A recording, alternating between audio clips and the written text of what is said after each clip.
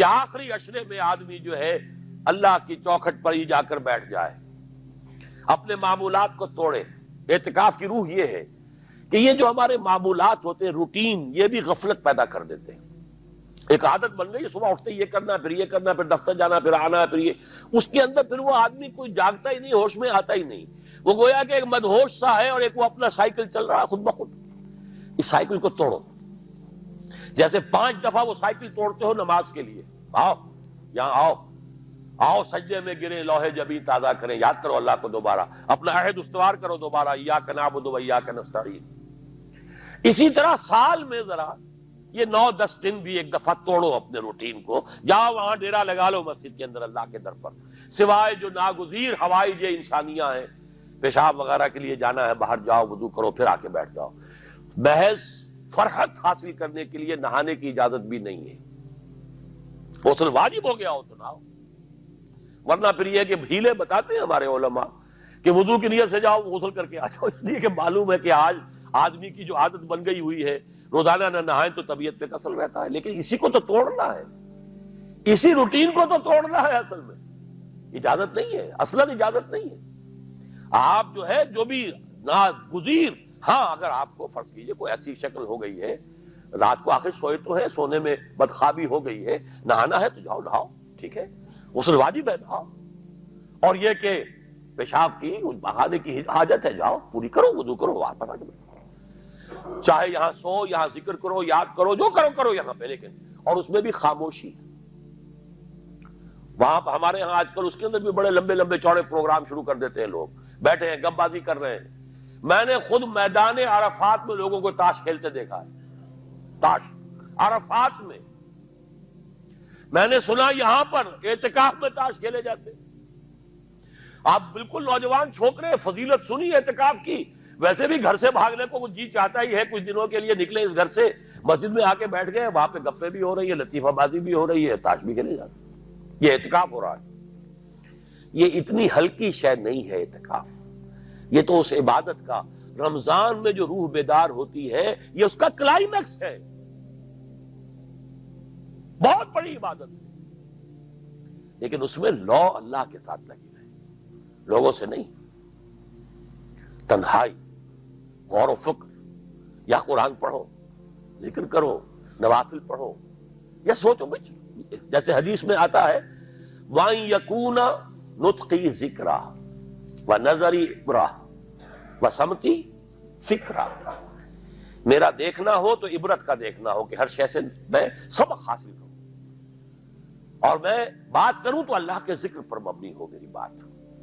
اور میں خاموش رہوں، وَسَمْتِي فِكْرًا، غور و فکر، تفکر و اعتبار، جو حضور جا کر غار حرا میں کیا کرتے تھے وہ اعتکاف تھا حضور کا، مکی دور کا اعتکاف، تنہا بیٹھنا۔ اور یہ روایت مجھے بعد میں معلوم ہوا کہ یہ بنو ہاشم میں یہ روایت تھی، حضور کے دادا بھی جا کر وہاں پر غار حرا میں بیٹھا کرتے تھے، یہ ان کی ایک خاندانی روایت چلی آ رہی تھی، یہ جگہ تھی، اور وہ جگہ ایسی ہے عجیب سی، اب تو خیر بڑی بڑی عمارتیں حائل ہو گئی ہیں، ورنہ میں نے جب پہلا حج کیا تھا سن 62 میں،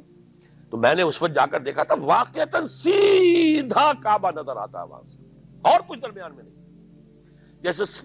اس کو سلٹ لیمپ کہتے ہیں، وہ غار ہے ہی ایسی کہ سامنے ایک دراڑ سی بس کھلی ہوئی ہے، یہ اس کے اندر سے وہاں بیٹھ جائیے سیدھی نگاہ خانے کعبہ پڑ جاتی تھی، تو کعبے کا مراقبہ بھی کیا جا سکتا تھا وہاں بیٹھ کر، دیکھنا کعبے کو دیکھنا عبادت ہے، اور پھر اس یکسوئی کے ساتھ کوئی نہیں، کعبے میں ہے تو نہ معلوم کیا کچھ اور ہو رہا ہے، لیکن یہ کہ وہاں تو آپ بیٹھے ہوئے، وہ اعتکاف، یہی اعتکاف حضرت موسیٰ نے کیا تھا 40 دن کا، تب تورات ملی تھی، یہی 40 دن کا روزہ کیا رکھا تھا، یہ اگرچہ قرآن میں مذکور نہیں ہے، حضرت موسیٰ کا تو قرآن میں مذکور ہے،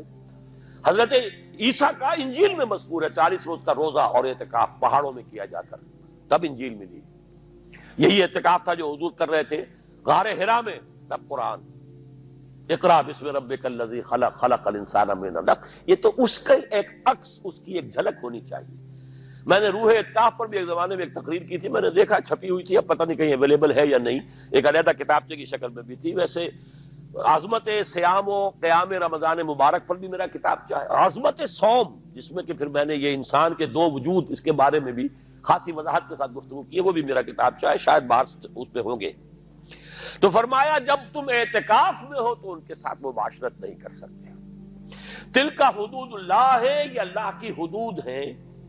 فلا تقربوہا، ان کے قریب مت جانا۔ قرآن مجید میں حدود اللہ کے لیے یا تو آتا ہے فلا تعتدوہا، یہ اعتداء کہتے ہیں کسی حد کو کراس کر جانا، تجاوز کرنا، اور جہاں زیادہ احتیاط کی بات ہے وہاں فلا تقربوہا، آخری حد کے قریب تک نہ چلے جانا، مبادا کہیں غلطی سے قدم جو ہے ادھر پڑ جائے۔ جیسے حضور نے حدیث کے اندر بیان فرمایا الا لکل ملک حمل، ہر بادشاہ کی ایک محفوظ چراگاہ ہوا کرتی تھی، اسی کے جانور اس میں چریں گے، کوئی رعیت میں سے کسی کی بھیڑ بکری، کسی کا کوئی جو ہے گھوڑا وہاں نہیں آ سکتا۔ اب اگر کسی کا گھوڑا یا کسی کی بھیڑ بکری چلی گئی، وہ مجرم ہو گیا، پکڑا جائے گا، گردن ماری جائے گی۔ تو حضور نے فرمایا کہ اللہ کی بھی ایک محفوظ چراگاہ ہے، اللہ کی حما کیا ہے؟ محارمہ، جو چیزیں اس نے تم پر حرام کر دی، ان کے قریب نہ جانا۔ تو دیکھو اگر کوئی چرواہا اپنی بھیڑوں بکریوں کو بالکل آخری حد تک لے جائے گا، اس بادشاہ کی جو وہ حد ہے، تو اندیشہ ہے کہ بھیڑیں بکریاں کہیں ایک چھلانگ لگائے اور بادشاہ کی چراگاہ میں داخل ہو جائے، لہذا ذرا فاصلے پر رہا کرو۔